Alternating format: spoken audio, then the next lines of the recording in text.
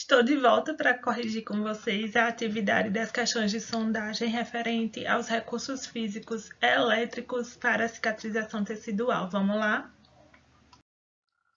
E a primeira questão dizia o seguinte: após a leitura do artigo, responda as questões abaixo.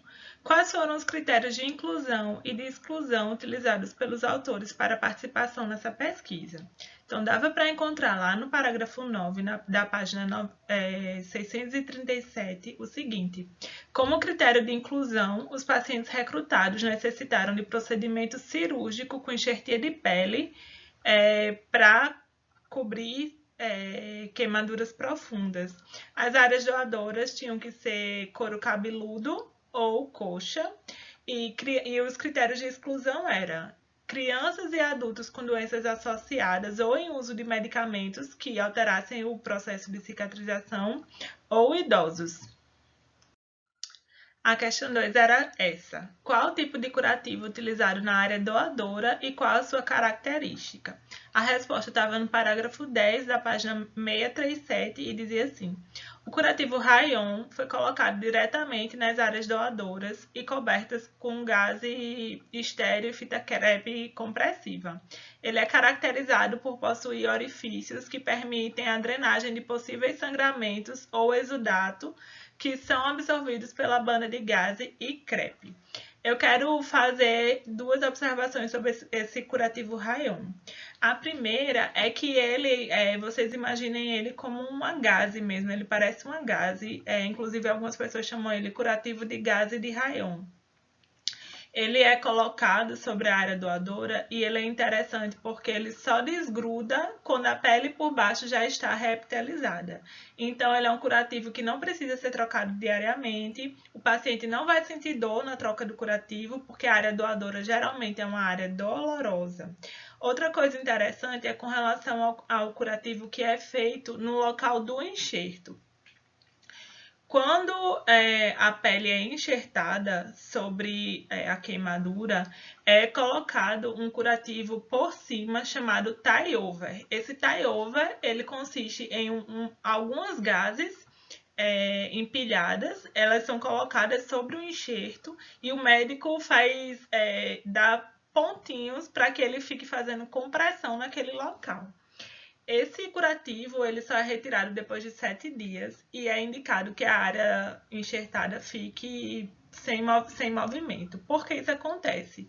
Porque existe o fenômeno da embebição plasmática, que é quando a área que foi o enxerto foi colocado sobre a área receptora e aí eles precisam se ligar novamente, né? Se ligar, precisa que haja angiogênese, precisa que os vasos que foram cortados durante a cirurgia voltem a se ligar aos outros e possa nutrir aquela área, aquela pele nova que foi colocada ali para que ela seja viável, senão vai haver perda do enxerto.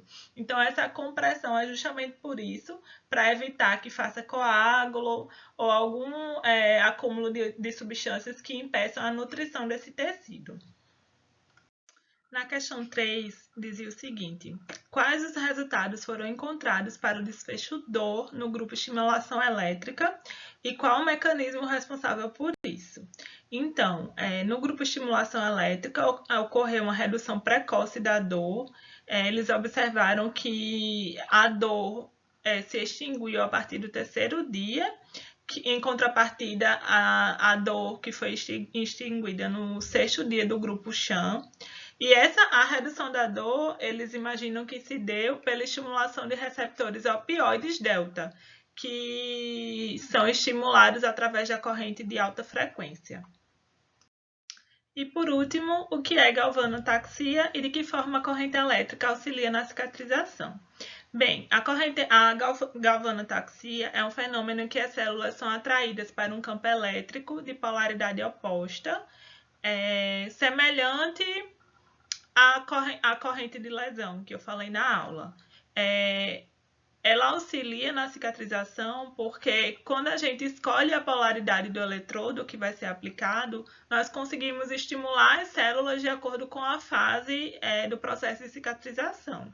Então, como eu falei na aula anterior, nós conseguimos modular para onde cada célula vai migrar, de acordo com o conhecimento da polaridade da célula, né, e da polaridade do eletrodo que a gente vai colocar. Então, conhecendo a fisiologia, conhecendo o processo, as fases do reparo tecidual, a gente consegue mexer um pouco nos mecanismos e acelerar o processo de reparo tecidual no local da lesão. Por essa semana é isso, gente. Espero que vocês tenham conseguido aprender um pouco sobre o uso das correntes elétricas para uso de cicatrização. A leitura dos artigos é importante. Aqui nas respostas eu gosto de deixar tudo muito específico para vocês não terem dúvidas quanto à resposta das perguntas. Mas leiam os artigos mais de uma vez, porque eles são importantes para a gente desenvolver nosso raciocínio clínico de tomada de decisão. Então, até semana que vem. Bom final de semana para vocês.